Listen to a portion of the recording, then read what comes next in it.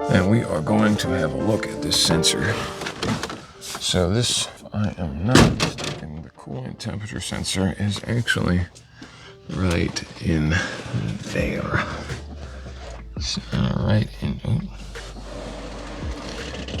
there. This green wire and the black and white wire is the coolant temperature sensor. So if we want to get a good look at that, we're probably going to have to pull off this upper intake. I'm just going to double check though, but pretty sure it's that. As you can see, that is the correct one. So we do have to, in fact, pull off the upper intake. Let's see if we disconnect. It's a little very warm, very warm. Okay. Let me grab some pliers. I'll see if I can get it from here. Nice pry bar. We'll use this pry bar. Oh yeah, no problem. Disconnected. Now, so we're gonna look at the wiring diagram for this so we can do a proper diagnostic test. Alrighty, so let's have a look here. I'm gonna bring you guys up to speed. So engine coolant temp sensor is in there. I've just disconnected it. So here it is, right? The connector's right here. Light green wire goes, using this diagram, back to the ECA, engine control assembly, which is a computer module kind of thing. And the black white goes to splice 152, which all goes back to, well, it all kind of connects to everything else. So what we can do is we should be able to kind of give the sensor, or give the computer kind of a false input, or at least read. I'm not sure what style of sensor this is, but it's probably a negative temperature coefficient thermistor. So what we can do with an NTC thermistor, you will measure resistance, and as resistance. And as temperature goes up, resistance goes down. NTC. That's 0 resistance there. Right. So if we put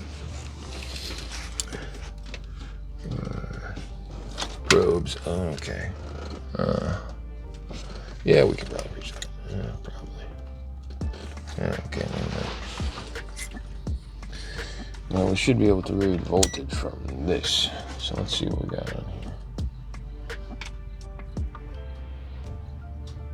Okay, maybe not. Let's try something. I'm gonna start this up again.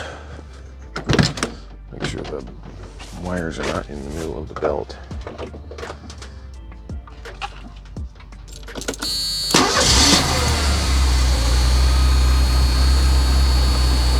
We have the temperature sensor completely disconnected right now. What are we getting? Well, we shouldn't really get any input from this. Or we should. Well, here we got 4.5 volts. So that's not too bad. It should be around 5 volts to operate this thing. So that's pretty close. Let's shut this thing down again.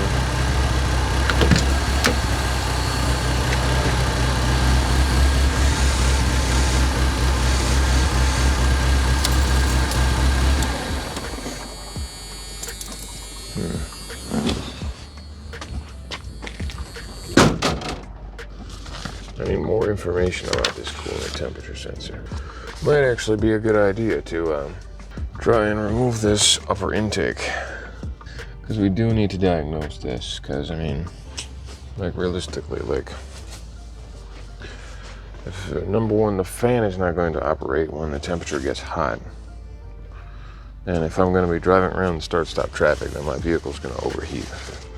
And two, if I can't tell what temperature it is, how am I going to know if it's overheating? Let me check the oil level.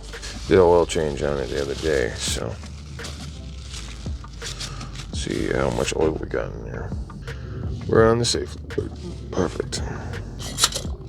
However, I think that's going to have to be it for today. I'm kind of running out of time. Not exactly where I hope to be, but it's getting better all the time anyways. And yeah, peace. So yeah, so we'll be back at it. This will be a There will be a part 2 where we go full into this coolant temp sensor.